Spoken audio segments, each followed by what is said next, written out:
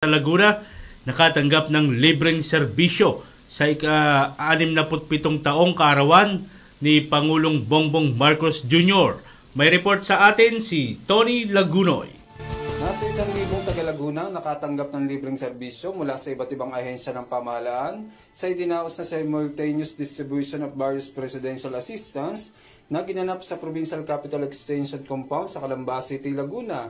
Kasabay ng ika-67 taong kaarawan ni Pangulong Ferdinand Bongbong Marcos Jr., pinangunahan ni Secretary Romulo Arugay ng Commission on the Philippines Overseas o CFO ang mga serbisyo na dala ng Department of Labor and Employment, Technical Education Skills Development Authority o TESDA para sa mga mamamayan sa una at ikalawang distrito ng nasabing lalawigan. Ito bilang napaunlakan ng mahal na Pangulo na to substitute him na i-represent ang mahal na Pangulo dito sa napiling lugar na sa probinsya ng Laguna. Nakakatuwa, 13 lang ang napili at isa ang napakagandang lalawigan ng Laguna. Suportahan nyo lang po ang programa ng ating mahal na Pangulo, lalo na sa mga overseas Filipinos. Kasama din dito ang kadiwa ng Pangulo na nag-aalok ng mga abot-kayang sariwang gulay, prutas at iba pang mga produktong pang-agrikultura.